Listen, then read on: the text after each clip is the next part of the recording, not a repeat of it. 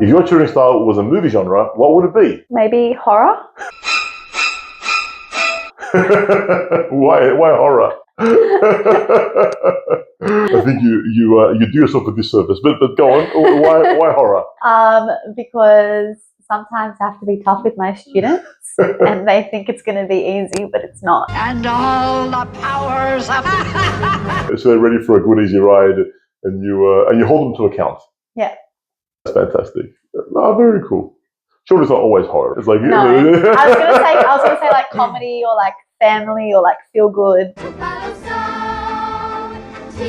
Love it. Most of the time. So family feel good comedy with a splash of occasional horror. Splash of horror, yeah. Like when the rubber hits the road and they have to do some work. Yeah. Okay. So what made you want to be a tutor? I've always liked children. Aww. Coming out of school, I just thought it was a really good job to come into, and like to help people would be really nice. That's Beautiful. why. Were you more geared towards helping high school students or primary school students? I wasn't really too fussed about it. I was kind of open to everything. Where have you landed in terms of like subjects and year levels? And I've done a bit of a mix.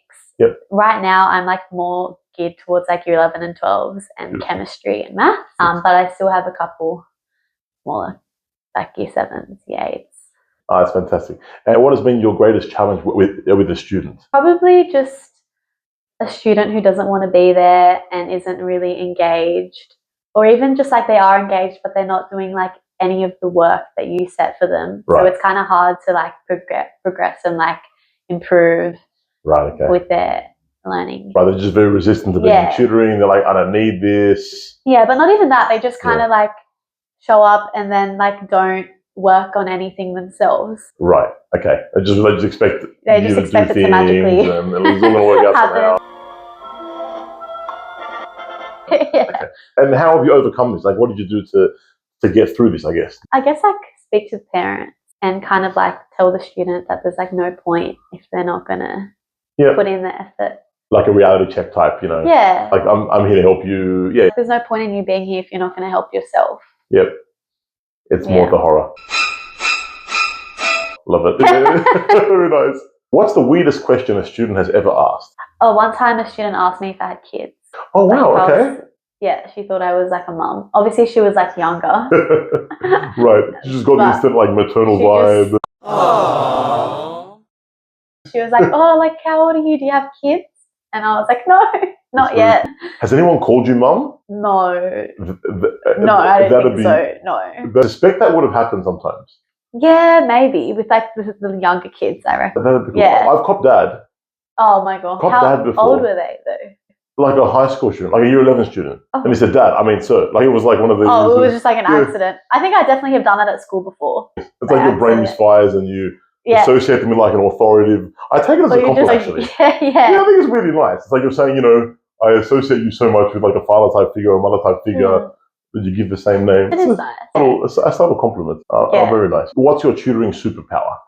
I feel like I can like switch really quickly. Like, oh, we're really good friends now, but like now it's time to get into work. And all the powers of Right. So you can easily change gears between... Yeah, and I think the students almost like, hey, we were friends 1 second ago. Yes. And now you've gone all tough on me. I can have like 2 different relationships with my students. Beautiful. And change quickly between the tracks if you need to. Do you find that you need to be firm at the beginning? Like, do you find that if you don't create a sense of firmness at the beginning, it's then harder to replicate later on? I think what tends to happen is like at the beginning, the first few sessions with a student is always like a little bit like awkward. They're always very quiet and like, you know, in their shell. And then like after a while, they get more comfortable. They want to talk to you. Yep. And then they just don't stop. They don't want to do their work. Yeah, because I remember a mentor once told me, especially with kindy, with younger students, don't smile for a term. Yeah. They're like very, very firm. Yeah. I guess to lay a foundation of firmness, discipline, this is what I expect. Yeah. I guess it's different with tutoring because it's one-on-one and there's you're not outnumbered. No, but you still need to like reward them, I feel, as well. That's like incentive to then like do it. But if you reward them too much and you let them go, they just walk all over you. Yes, exactly. That they can do anything. Yeah, exactly. The fact that it's one-on-one, I suspect makes it easier in terms of, okay, they're not going to gang up on you in a sense. The students are not going to feed off each other. Yeah. But also the student gets to set the tone of the session more than they would in a classroom because they're half the people in the room. Like they can vibe it out more based on their personality as opposed to if you're in a classroom of 20 kids. Well, you can't be too dominant as a personality. Yeah, whereas the student could do that conceivably in a one-on-one session more than... Yeah, true. I think one-on-one's definitely easier. And I feel like in a group setting, sometimes students get a bit scared and nervous and they don't want to like ask questions. Right. So if tutoring had a soundtrack, what would it be like in your sessions? Again, depends on the session and the student, I feel. Something about working really hard. I'm like trying to think about like a song. Eye of the Tiger.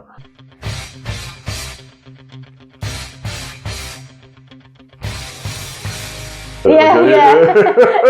Like a Rocky soundtrack. Yeah, something really cringy. Or is it more like a piece of classical music that like Rachmaninoff's its way into craziness? Yeah.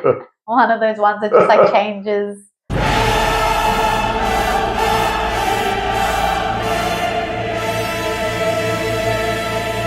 And yeah, obviously you teach your students lots of lessons, which is why we're here. But what's one lesson your students have taught you? I've looked back a lot on my own like experience in school after like hearing about them and their experiences and their schooling. I think I've just learned more about like what it's like to be like in school. Like I always tell my students like appreciate it more. Like I know you hate it right now, but like don't wish it away. Stay as long as you can. For the love of God. Yes. It's not like, that like you it's get fun. To learn this like cool you get to learn all this stuff and like exactly. and in non-pressure. Well, there's pressure, but not in pressure, but like there doesn't have to be.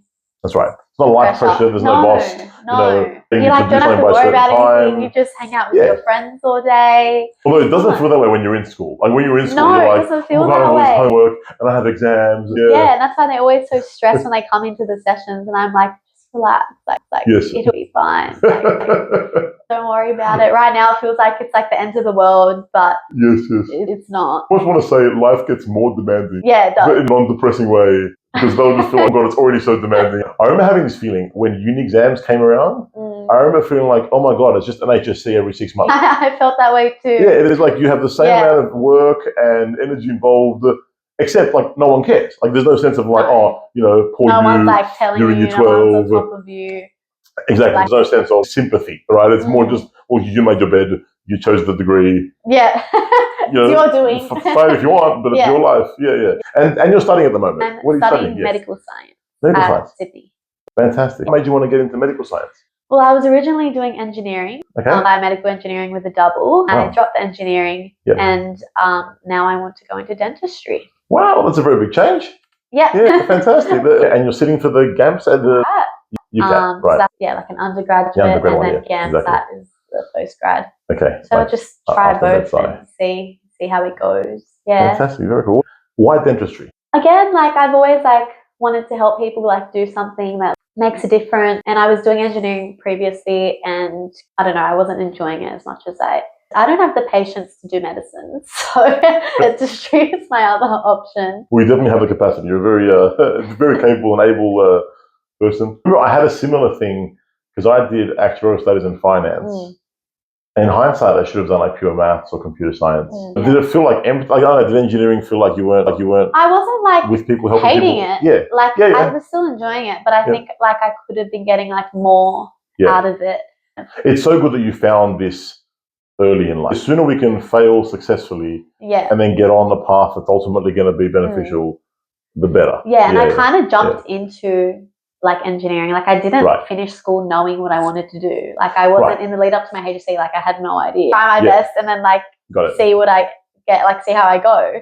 So yeah, I think it's really hard to like ask an 18-year-old like, oh, what do you want to do for the rest of your life? So hard. Because there's like so many options nowadays, and you can basically do whatever you want. Even if you don't get the mark, like you can always transfer. That's a very good point. And we put a lot of pressure on students of year 12 to somehow like know what they want. The best advice I heard was like, whatever you do, give it everything. Just put your heart and soul into it, because one of two things will happen, and both aren't that bad. The third is what's bad. So either you smash and you thrive, amazing, great, or you fail spectacularly and quickly. Obviously, you'd rather thrive, but if you're going to fail... Well, then at least you know. That's right. The third option, which you don't want, is you fail slowly. By the time you realise not for you... dragged it on. You're 35, 40, 45, and you've got a mortgage and a family, and it's like, well, you know, it is what it is. Yeah. In a sense, if you're going to fail anyway, do it early and quickly, so you can learn from it, grow from it, and go from there. So well done for seeing that change and getting onto it early. Every time you hear someone say like dentistry, I think about like, when did I last clean my teeth? Like, no, ever since like getting more interested in it, I'm like so like you notice it, conscious about my teeth, and now when I talk to people, I'm like looking at their teeth. And I'm like, oh no, I should stop doing this. Yeah, it's interesting. Like if I meet a psychologist, I'm all of a sudden concerned about how I'm coming across. Or like, if you meet someone who is talking about it, yes, like I automatically think, oh my god, they're going to notice things about me that I didn't realize, and now I'm thinking about it more. And they're wonderful teeth, by the way. Marking credits to your future career. Yeah. So, what educators have influenced you mostly in your life? I think I was blessed to have really good teachers at school, and they were really good mentors. Almost like the conversation we were having before, like my second mom, like my year coordinator was like the best, like my chemistry teacher, DT teacher, they were just the best. Is there one that really stood out for you? Like, is there one that you thought, or a few of them that really stood out? A couple of them, quite a few of them. I think about them and I'm like, oh, I wonder if they if they knew like what I was doing now, like what they would think about it. Right. They'd probably be happy about it.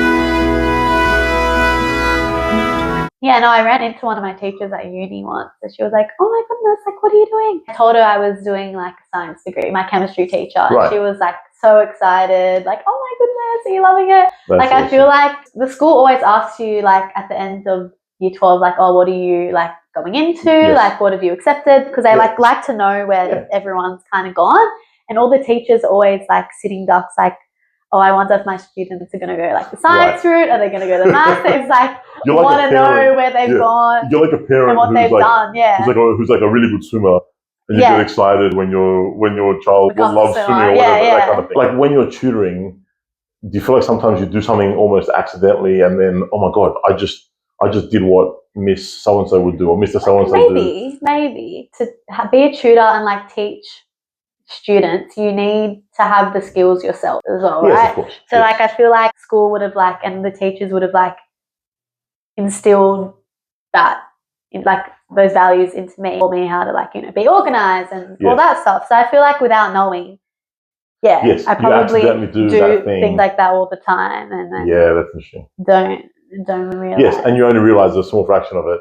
This actually weirded me out. I've been getting vocal lessons recently. Oh. Yeah, and I actually think most generally, I think to be a good teacher, tutor, educator, whatever, you need to be a student. Yeah, it's very hard to be a good educator if you're not simultaneous of something else. Like math teacher, learn pottery, I don't know, like whatever. Like, it doesn't have to be. I mean, in the same field is great. Maybe you're doing higher level chemistry and you're a chemistry teacher, whatever. But so I try and be a student of at least one thing, which I just want to do anyway. I remember in a singing lesson, there'll be a certain note that I can't reach. Like, I don't know, just or it's not coming out right, or it's between registers or whatever. And then the teacher is explaining to me what to do, and I'm trying to do it, but I can't, right? And then he'll sing the note, and then I won't think about it. It's not like a cognitive thing. I just open my mouth and it comes out perfectly. In a way that is so trippy at first. Because it's weird. Because it's like, why couldn't I do it before? That's right. Like you're not getting any more new knowledge. You haven't learnt anything in a propositional sense. It's not like, oh, now I know information I didn't know before. It's just like I have a source mimicking. Kind of happened. Yeah, and it's so close in my memory. And because you did it once, I almost don't want the teacher to start talking after they sing. I want them to just do it, and then try and replicate, see what happens. Yeah, because it's mimicking of, and I think we do a lot in life. Then we accidentally copy other people and probably realize it like 10% of the time. Yeah, understanding of what we're doing is mimicking each other and learning from each other. Yeah, which is really cool. I do think that like being a student, like you need to be a student, like to teach someone else. Yes. Yeah. And like being like a uni student, like still studying, I'm still using all the same things that I used in high school. It's easier to pass things on then. 100%. Yeah. Well, it keeps you curious. Because I'm still learning. Yeah. So. Well, how do you relate to students if you forget what it was like to experience that? Like, it just, at some point, the stuff you're teaching feels obvious. You've done it a million times, whatever. Yeah. But it's not obvious to the student. No. Which is why they're there. Yeah, yeah. And it's important to empathize with that, to see, like to feel humbled and like a sense of ignorance and failure. Yeah, which is exactly what the student's going through. Yeah, I guess in every single lesson. And then where do you see yourself in 5 years' time? In 5 years' time, hopefully I'm in the middle of a dentist degree, almost done. It'll take that long. Maybe like gonna get married. It's like, because dentistry is it's 4 years or 5 years? 4 for a postgrad, 5 for an undergrad. That's right. But it's like a doctor. You become a registrar. Yeah, and then you've got to do like, if you want to be like an orthodontist, you've got to do more time after that. Right. So it's like a whole process. Also, an orthodontist is a dentist with more study. So it's almost like being a doctor, right? So after you do a like medicine degree for like, I don't know how long it is, 7 years maybe. You just specialize a GP. in ortho. And then you've got to specialize in. I thought a GP had to do more studies as well anyway. Really? But I'm not sure, but it's basically like you've got to specialize still. Like as a dentist, you're not an orthodontist, you're not a that's right. Like periodontist. That's all cool. these but you can still specialize past and become a more specialized. Yeah. That's awesome. That's very cool. So, what's something that people might not know about you that's actually super cool? During school, I used to sing a lot. Oh, there you go. And I used to be in like the musicals and the choirs. Wow. So I spent a lot of time doing that.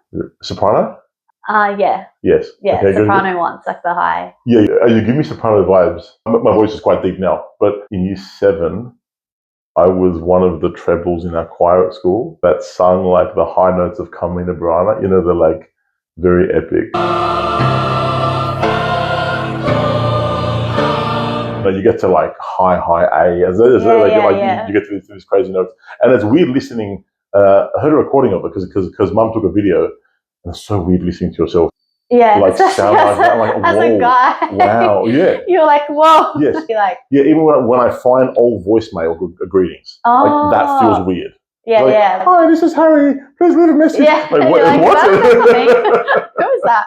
yeah. I've noticed it with a few tutors too. They have a very different sounding voice message. Yeah, and it's more prevalent for guys, obviously. But even with girls, you know what? I can usually tell when someone is calling for tutoring about themselves, or when it's a mum calling about tutoring for their son or daughter. You can tell from like the tone. Yeah, almost always. But I do feel like you can also like change your voice. Like I feel like when I'm like, on the phone on like the front desk, someone calls me like, oh hi, like my voice kind of just like changes. Yes. Oh, you put on the voice. Well, not putting it on a fake way, embodying the correct mode. I think generally we speak in a higher frequency. Yeah, when we're more happy, friendly, happy, warm, etc. Lower frequency when we're like down. Yes. Or even more like serious, like we're saying something more impactful perhaps.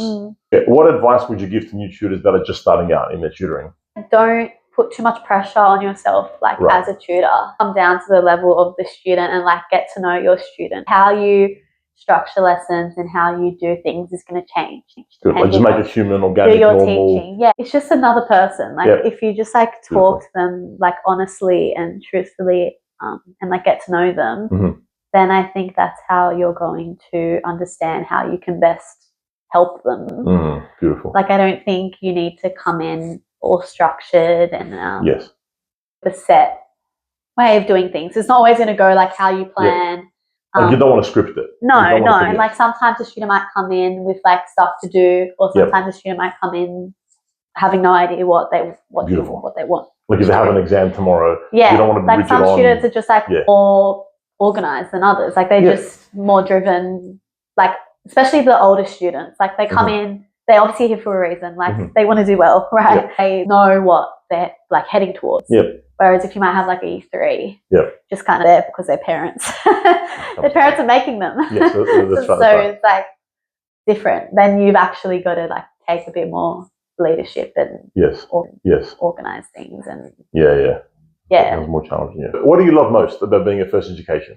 I think it's just a very warm environment. Like you make heaps of friends, like with the tutors. It's, you know, it's just a great like workplace. We have the best boss, Harry. Lovely place to work. And you know, everyone's so helpful.